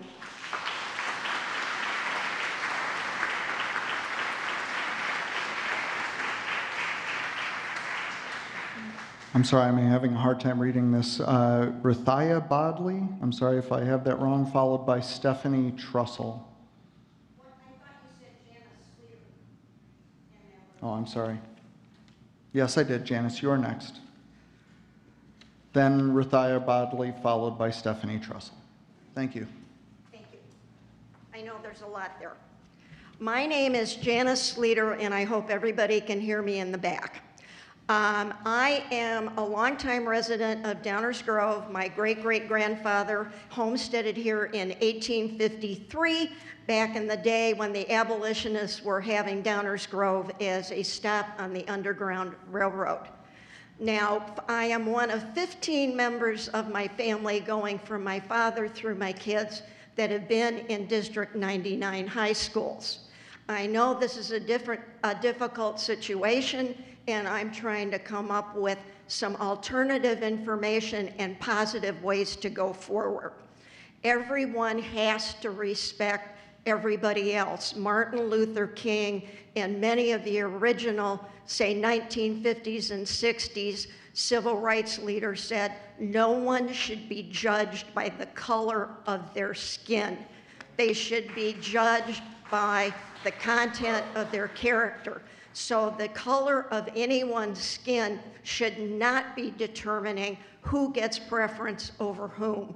Or anti-Semitism, you know, there's a lot of this that's talking about black versus white. Well, there's also Hispanic, Native American, Asian, Native, you know, LGBT. Everybody should have the right to free speech to give their opinion. Now, on this, I've had a lot of personal experience through the 50s, 60s, 70s, and whatever. I'm 73 years old, and I've seen a lot of progress. There's a lot of way to go yet. But critical race theory, as I have read it and the way it's been portrayed, is preference based on skin color, divisiveness based on skin color. There is a record number of rich minorities, middle-class minorities, and a record number of mixed marriages. I do not want my friends' grandkids and my grandkids who are mixed race to have a conflict that they're half oppressed or half oppressor. This makes no sense to me. Now, some positive information, and I'm passing on Robert Woodson with the Project 1776. I'm passing on the President's Commission report, which gives treat racism and the problems we've had, but how do we go forward in a positive way to improve things for everybody? Also, the book Red, White, and Black, which is essays of over 20 Black civil rights leaders, historians, academics, and pastors. Please use this as part of your information set on your decision.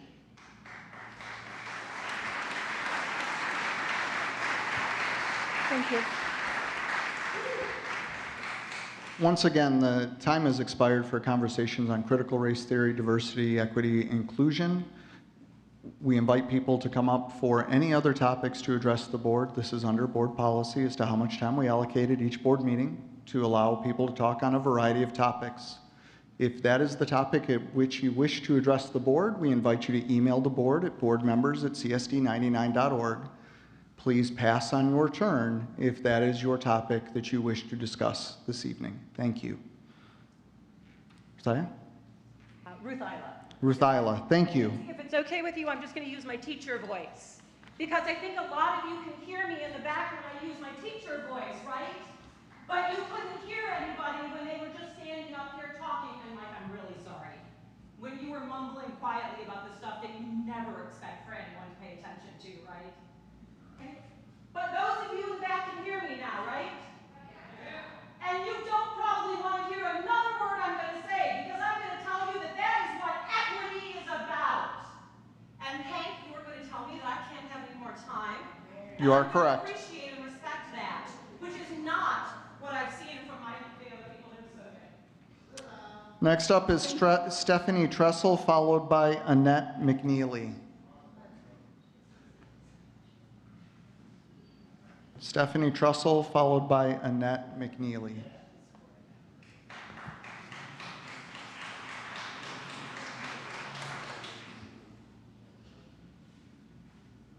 Stephanie Tressel, DuPage County resident since 1994.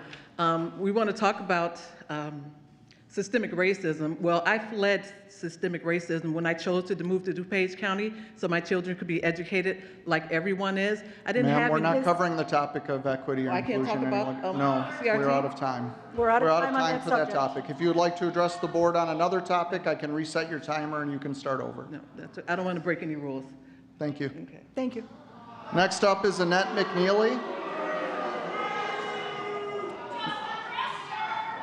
Next up is Annette McNeely. Okay. I want the group to quiet down so we can hear what speakers have to say. And if you cannot, for the safety of those in this room, we will move into closed session and I will close the second reception of visitors. So take a moment. Take a moment. Ma'am, are you here to speak about CRT? No. Thank you. All right, thank you. I'm actually going to say that when you bring up people of color, you're referring that white people don't have color. So we come in vanilla, ivory, sandstone. ma'am. Ma'am, we're That is, I can say that. It's not. We're not critical here to race talk theory. about equity, But inclusion, I will diversity. like to talk about something else. I'm going on. I will so reset I want your to talk timer about if- masks. Okay. All right. So there is a career that is scientifically and physician-based, and it is called an ecological consultant. They are fit testers, and what they do is they go around to hospitals, teach doctors, nurses, transporters, police stations, rangers on how to wear a mask properly and what mask to wear. I will tell you that I have never, ever told anyone the way to stop a communicable disease is by putting a surgeon's mask or a piece of cloth over your face. So if you want to prevent a communicable disease, it's an N95 mask meant to wear for a short period of time, thrown out, wash your face and hands. Don't be lulled into a false sense of security. And also, I did want to touch on, I know critical race is beaten a dead horse, but it is a historical thing. It was thought up at Harvard. We're no by longer some taking that students topic. Your time which has do expired. not let Asians into Harvard anymore. Ma'am, we're because not of taking this that color. topic any longer. Thank you. it in. Jeffrey Mack, followed by Robin Bollinger. Jeffrey Mack, followed by Robin Bollinger.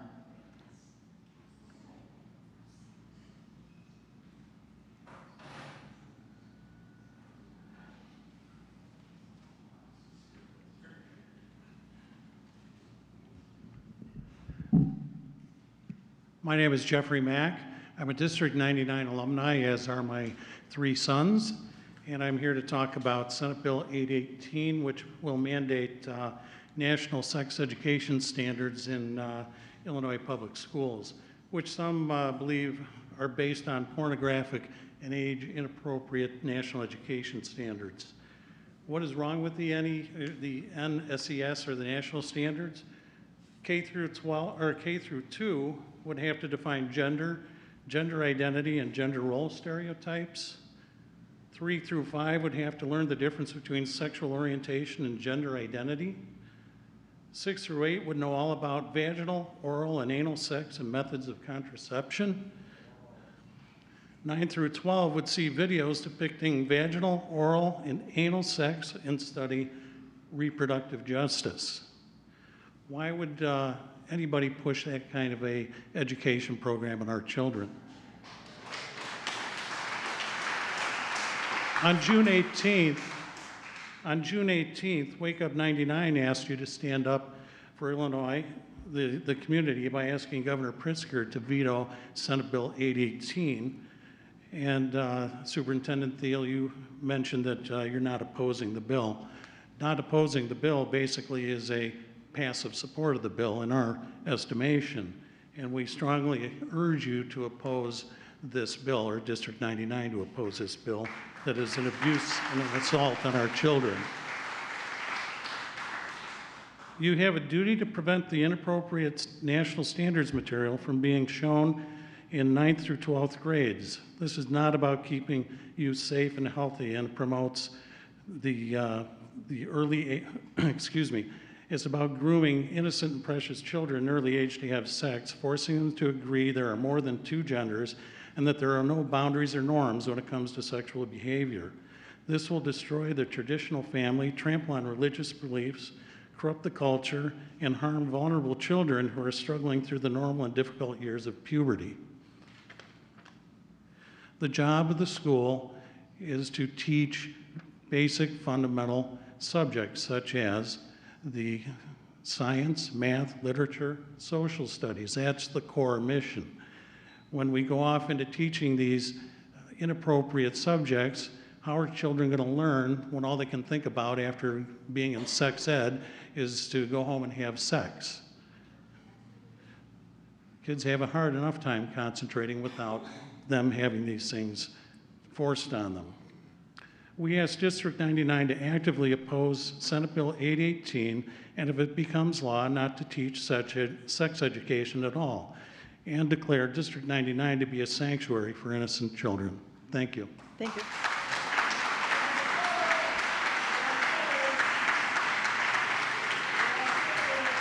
Next up is Robin Bollinger, followed by Janet, I think it says Nortney, I'm sorry. Robin? Hi, my name is Robin Bollinger, and I wanted to say thank you to the board for listening to all of the various opinions and for clearing up the misinformation when the board meeting started. My topic was on equity, and I'll take a pass out of the respect of your request. Thank you. Thank you. Next is Janet, I think it says Nortney, followed by Gerald Stapleton. I'm sorry. All right, me again. I'm not a public speaker. Where should I be looking at? Oh, you guys? Or? It's the board. The board, okay, sorry guys. So this is the second, okay, I'm sorry, my name is Janet Novotny. I've had 3 children come through this school. This is my last one I'm trying to get through. And I am very concerned as a parent that I just hope that you guys can listen as us as parents, that we just want the kids to be taught the normal stuff, math, science, social studies, and let us be deciding of what we want to do for them, whether it be medically, as far as like the vaccinations, it's a choice.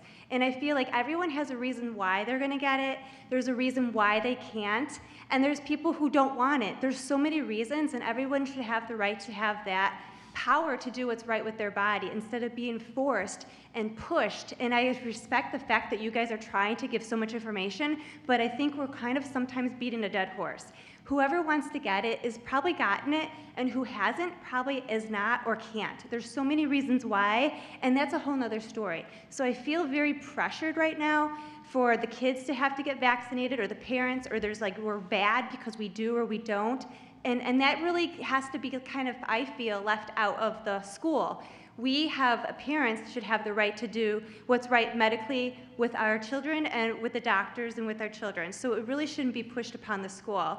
And same with the mask. You know, if you want to wear a mask, great. And if you don't, whatever. I feel like the CDC and the WHO and all these other three-letter organizations are guidelines. It's not the law. I mean, and like, people have done their research, have their opinions, and I think, again, parents should have the right to decide what we feel is right for the child. And my daughter didn't get to go to school at all last year, and she got basically bad grades, and so she went to math and she got straight A. But she came home with the headaches and she couldn't breathe, and she had the worst acne, like, poor thing. And that's really bad for a 15-year-old. She's gained a lot of weight from not going to school. There's a lot of psychological and like emotional things that are happening. And I want her to go back to school, but with the conditions that I don't know what's going on, I don't know. I feel like you guys really hopefully can listen to the parents. That's all I ask, is just please listen to the parents. And then back to the guidelines is the child is not vaccinated. My child, or whoever child who's not vaccinated, should have the right to have education. If they have to be quarantined because, quote unquote, they're going to give someone a disease that they don't even have, let them have some education and not be stuck at home twiddling their thumbs for 10 days, playing with the cat or with computers or whatever. Like, let them teach. They need to, or learn. Let them learn, and let them, you know, still be allowed to have education when they're not allowed to come back to school because they weren't vaccinated. So I hope all that made sense. I have a bad headache, and thank you for listening. Thank you.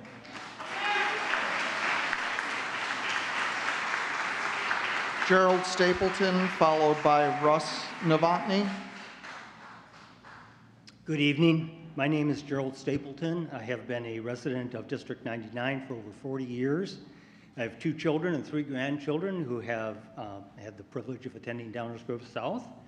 I've also been a teacher, a principal, and a college instructor. And I wanted to speak up in support of the education that promotes our ideals as a nation, is culturally responsive, and recognizes both our successes and our shortcomings. Out of respect for the board's decision, I will yield my time. Thank you. Thank you. Russ Novotny, followed by Marcella. Boy, my eyes are getting worse as the night goes on. Trey, thank you. So Russ is up next.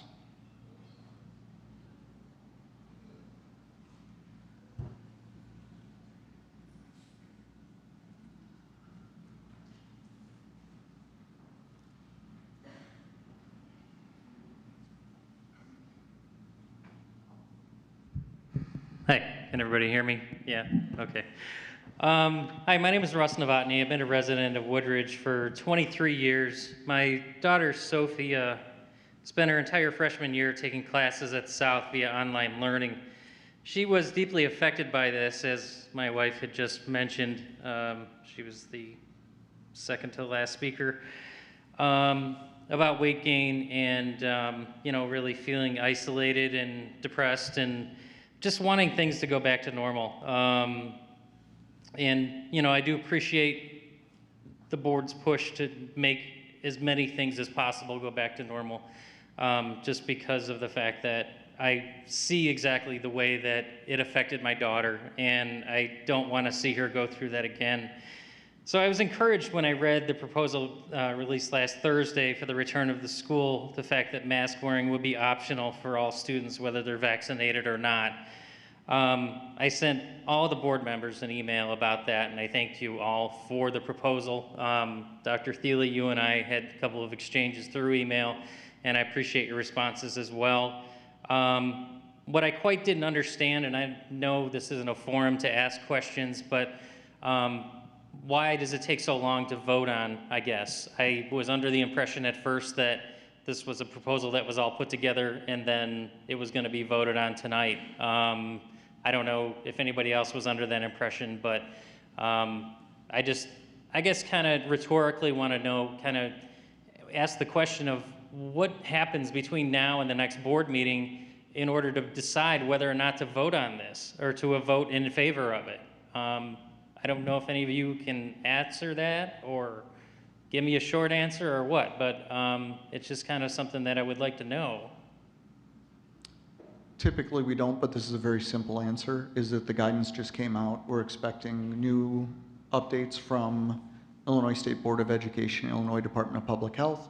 Plus, before the board takes action, as the superintendent, I always try to provide them time to digest the information I've given them before they have to vote on it. As you saw with the board goals tonight, they came at multiple meetings before action was taken. So right. That's our practice.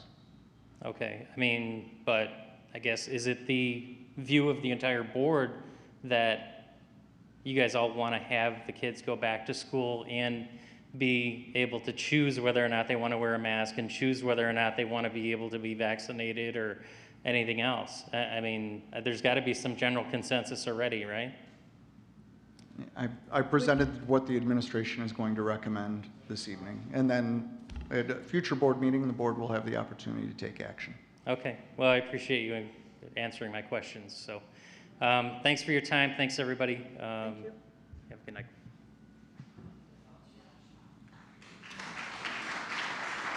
Marcella? Linda Bodum will follow.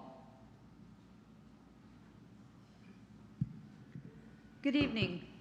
My name is Marcella Durdick-Schrey, and I've been a resident of Downers Grove for the past 25 years. Both my children graduated from Downers South.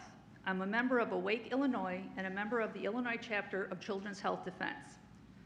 I'm a first-generation American, daughter of European immigrants. My father fled a communist regime at the age of 17. As a child during World War II. Ma'am, I'm sorry to interrupt you, but is this about CRT? No, it's not. Okay. As a child during World War II, my father-in-law spent time in a concentration camp. He eventually made his way to the U.S., attended the United States Naval Academy, and proudly served in the military for 27 years. I'm a private person, but I share these things because you need to understand that I do not take our freedoms, particularly our medical freedoms, for granted. I'm here tonight because I have watched educational institutions over the past 16 months implement ill-conceived policies with egregious overreach and a total disregard for law and constitutional rights under the guise of public health. When questioning these policies, I'm always met with the same rote response. We are following CDC guidelines. Law supersedes guidance, and mandates are not law. The CDC is not the fourth branch of government. This never-ending parroting is insulting, dismissive, and a complete deflection of responsibility, in my opinion. I've spent over 20 years personally researching psychopharmaceutical threats to children, and by extension, vaccine injury. It has always been my personal belief that the subject of health should remain outside the realm of education. Parents should be the ones making health decisions for their children. The vaccine, the masks, the testing are under EUA only. Any product with this designation must be voluntary under U.S. Code 21, Section 360, BBB3. There must be informed consent. The individual has the ultimate right to accept or refuse administration of any EUA product. That is the law. These mandates being imposed represent a loss of God-given freedom over our own children and their bodies. This is beyond unacceptable. They violate the U.S. Constitution, the Nuremberg Code, and the Helsinki Declaration. and schools implementing these protocols as a condition of enrollment are complicit in atrocities toward our children. Regardless of where you stand relative to the mainstream narrative that is this pandemic, and regardless of where you stand on the vaccine debate, one thing is perfectly clear. There is no legal justification for these mandates. It bears repeating. There must be informed consent, and the individual has the ultimate right to accept or refuse. Vaccination, testing, and maxing choices for all students in District 99 must be optional. Parental rights over our children will be restored. Thank you for your time. Thank you.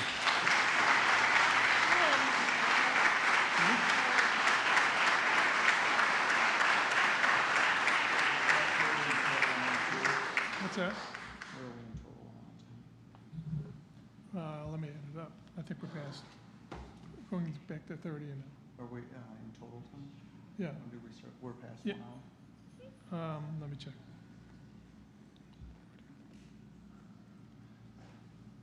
No, we still have time. Okay. Thank you.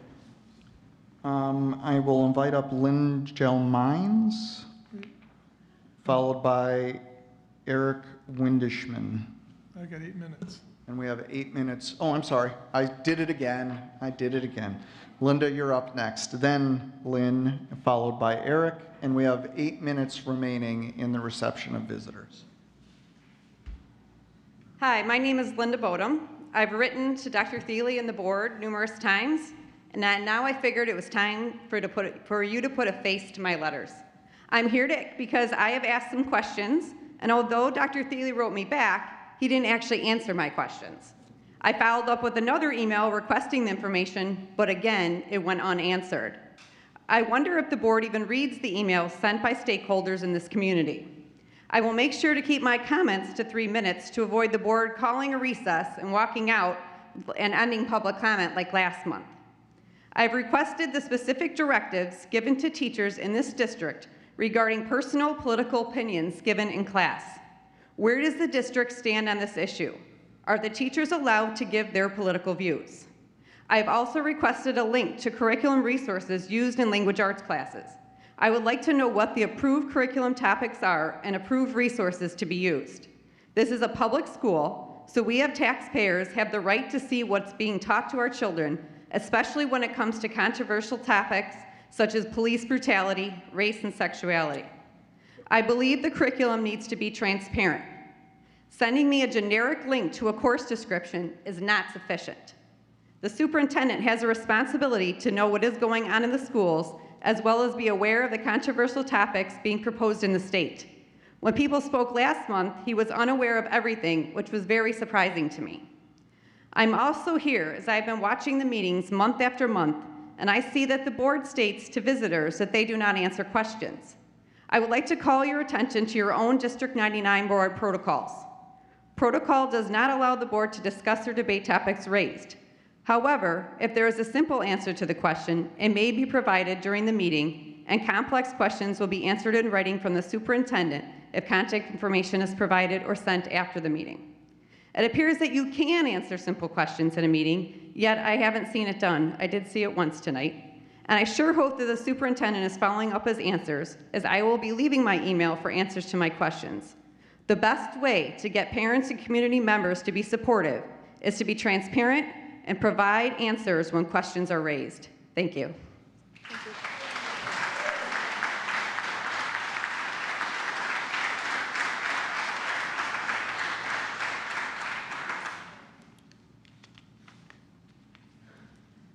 Dr. Kupka, we have 6 slips remaining. I recommend that we just invite all 6 before we end the reception of visitors. I'm fine with that. Does anybody object? Fine. All right. Again, we're going to, though, ask that if you're here to speak about critical race, since we've spent a good portion of time on that tonight, that you allow that time. Eric Windishman is next, followed by Susan.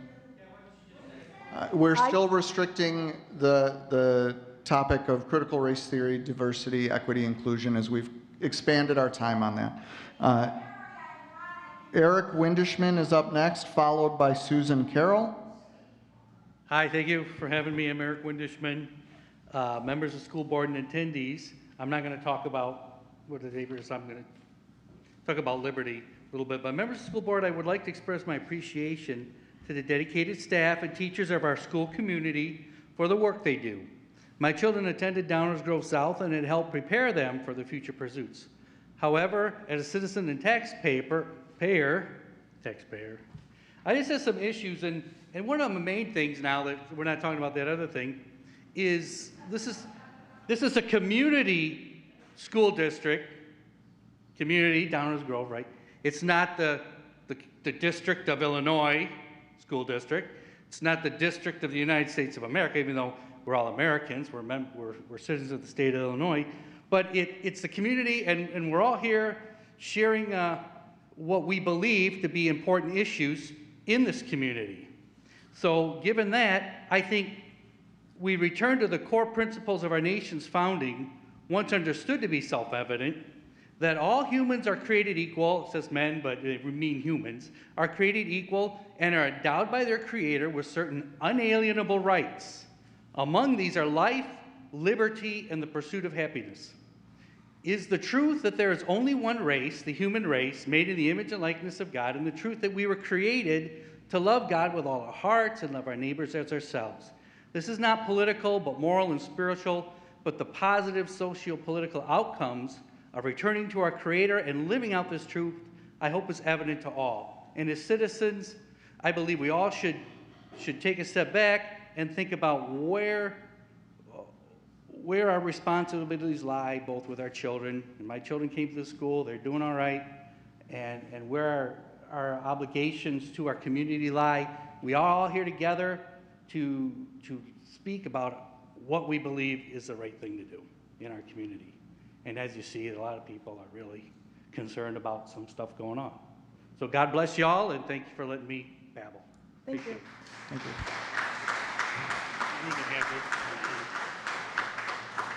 you. Susan Carroll is followed by Rich Benema. Susan Carroll. All right. I don't see Susan, but I'll hold her space if she does come forward. I know we're getting later in the evening. Rich, come on up.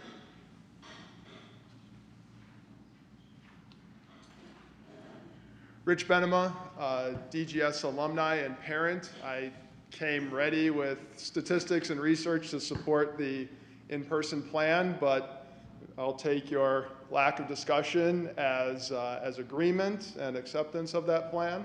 So I just want to take some time to thank Dr. Thiele. I know you and I have gone back and forth for a long time over this last year, and although we never agree, I do understand your commitment to student safety, that you were willing to shut down the schools in order to protect any student from long-term side effects. And so I thank you tonight for your consistency and understanding the potential for long-term side effects from vaccination. I think what was good last year is good for this year. So I just want to thank you for doing that. Really quickly, to save, I know not a forum, but to save me from sending you an email. One thing in the morning, one thing I saw in the presentation was talking about with the Commons that there might be a full lunch period. Am I to understand that there will be students that will actually be eating for 50 minutes instead of having a half lunch and half resource? Correct. That was always the plan when we introduced the master facility plan to the community, to extend the amount of time that students would have in that new common space. Is that assigned to them, or is it a choice on whether they want a resource or a full lunch period? I don't understand how that works. We'll communicate that all out from the principal soon. Yeah. Anyway, I know it's last year and the year before was a total mess, and so here's to a successful 2021-22. May we make it all the way through. Thank you. Thank you. Next up is Next up is Anthony Chang, followed by Carolyn. You don't have to say the last name. No one can say it. Guglielmo? I tried. I told you it'd be bad. Hello, my name is Anthony Chang. I'm obviously a resident of Downers Grove. I want to thank you for the time at the microphone here. I want to echo a comment earlier about Senate Bill 818. I think the responsibility of sexual education, gender identity, all that education belongs firmly with the parents and should not be taught by the schools. I think the family unit is the best source of information for that, and that it's the responsibility. I also want to say thank you for giving the opportunity for full lunches. I cannot tell you how often I've been hearing complaints from my kids when they were like, I don't even have enough time to eat my food. I have to shove it in the garbage or just walk down the hallway and eat it. So obviously I don't have any kids now at this point, but I just want to say thank you for future students that will be coming through. They will greatly appreciate it. My kids are going to lament that they didn't get that opportunity. I also do want to say that I'm a little concerned about something that was taught to my daughter in freshman English. She was told to check her white privilege. I mean, obviously, I don't know. But to be fair, my wife is Jewish, so she is half Nap. So there is that split, and it causes a lot of consternation. And I think that this obviously is a very divisive and very sensitive issue, and I appreciate the fact that you made the opening statement that critical race theory is not going to be taught here, and I really hope that we can follow through. And like I said, during a freshman English class in the 2016-2017 year, being told to check your white privilege, you may say that critical race theory is not being taught, but if your teachers are saying that, we know otherwise. So I just want to thank you for your time, and thank you for your service. Thank you. Thank you.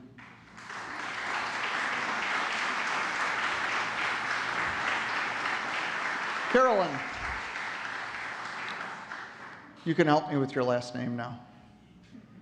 The G silent, so it's Oh. Guglielmo. Guglielmo. I've had that name my whole life. Imagine all the teachers who messed it up. We're good at messing up names. Yeah. We try our best to get them right. So my name is Carolyn Guglielmo. I'm a nationally recognized safety and health practitioner for workplace safety. My mother was instructional aide in Fairfax County Public Schools outside of Washington, D.C. I had my education there. My father was an assistant principal at the Science and Tech School in Fairfax County. So I'm very well aware of how school systems and the government works. I'm a former lobbyist that represented 3 major industries to Congress and military and federal and state agencies on safety and health. And I have worked for the CDC investigating firefighter fatality. I have developed videos for the construction industry on respiratory protection. I have worked with agency heads on protecting workers and people for 25 years. Guidelines, which I know, and I know the CDC very well. There's a reason I don't work there. Okay? I know the government very well, and I know the press very well. And when you push paper masks, there is no science on paper masks. I am an expert. I have 20 publications that were peer-reviewed and published by the CDC. Prior to 2019, the CDC and the National Chemical Society published studies on hand sanitizer, which lessens the immune system. They did studies on doctors, and you can find this online, and healthcare professionals. What the government did to this nation is despicable. What they did to the school systems is despicable. They told everybody to spray Lysol and all these cleaning chemicals that cause cancer, that cause all kinds of adverse health effects. In the workplace, in a Lysol manufacturing facility or Clorox, workers are fit tested.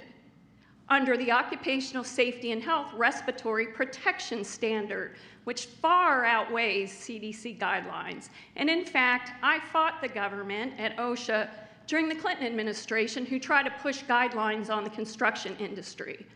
They are not peer-reviewed. They are made up by a bunch of government bureaucrats. A lot of people who work in the CDC are academics and have never practiced medicine. This is one of the reasons I left. Now, I'm sorry, these poor children. You're out of time. Okay. Thank you.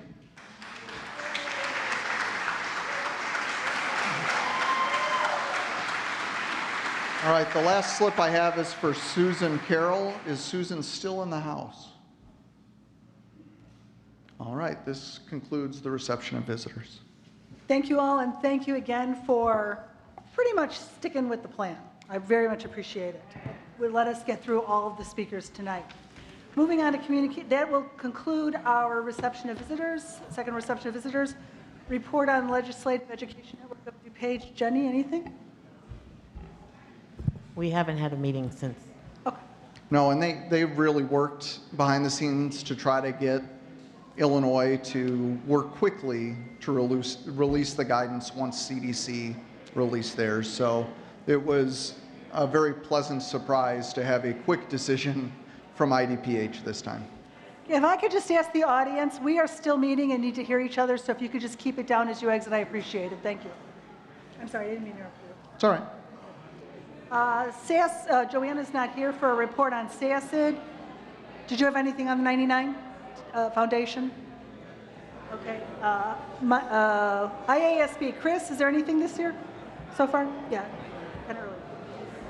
Okay, we have 2 upcoming board meetings. We will have on August 2nd. Excuse me?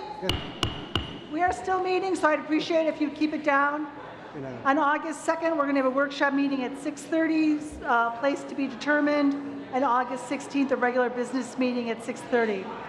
Now we need a motion to go into closed session for the appointment, employment, compensation, discipline, performance, or dismissal of specific employees, specific individuals who serve as independent contractors in a park, recreational or educational setting, or specific volunteers of the district or legal counsel for the district, including hearing testimony of a complaint lodged against an employee, a specific individual who serves as an independent contractor in a park, recreation, or educational setting, or a volunteer of the district, or against legal counsel for the district to determine its validity. So moved. Second. Terry and Mike. Thank you. Terry Pavasich. Aye. Mike Davenport. Aye. Christopher Espinoza. Aye. Sherelle Fuller. Aye. Jenny Hagstrom. Aye. Nancy Kupka. Aye. We are moving into closed session. We will be returning into open to adjourn, but no action will be taken. So for our students, thank you. You're free to leave. You too. Hi, thank you. Thank you. Thank you, Jane and Scarlett. Have a good We're night. going to have a very, very fast closed session. You know how to get out without. Board members, you're back in the same room you were in the last time, right? It looked like our videographer was trying to get your attention. Oh, for I'm something. sorry. I don't know. Thank you. No, we're not going to take any action. We're just going to adjourn and open. You were relieved for the evening. Thank you so much.